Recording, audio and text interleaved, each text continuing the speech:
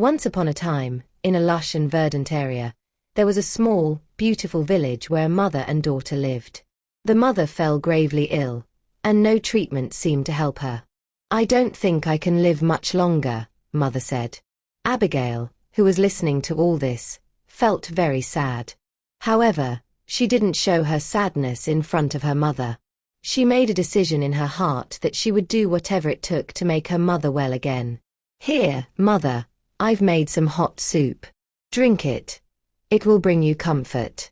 I've also heard about the Swan Queen, who is said to have a cure for every illness. I will go to meet her, and you'll see, you will surely get better." So, Abigail packed a small bag with food, water, and a blanket and set off on her journey.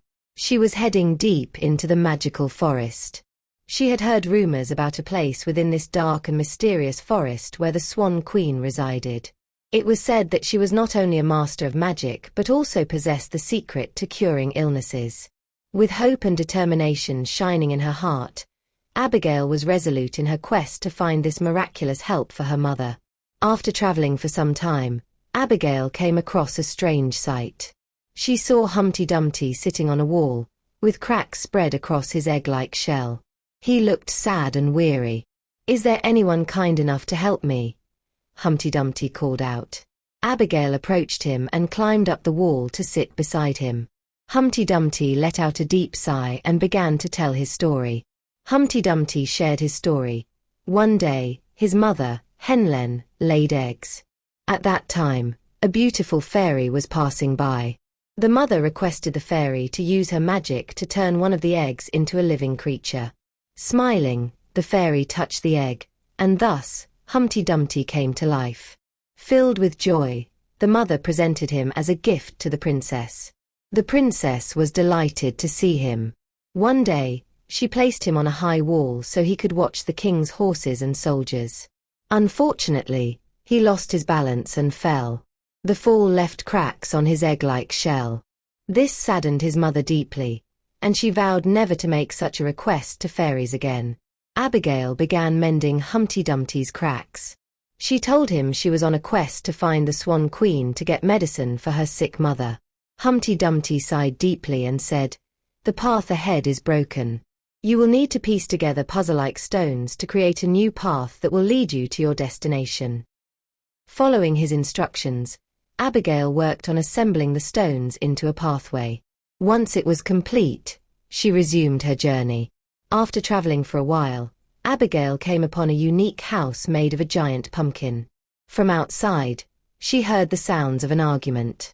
Curious, she approached the door and gently knocked. When no one answered, she stepped inside. The interior was breathtaking. The pumpkin's soft orange glow illuminated the walls, and the furniture was carved from pure gold. Everything was so exquisite and magical, it seemed like a dream.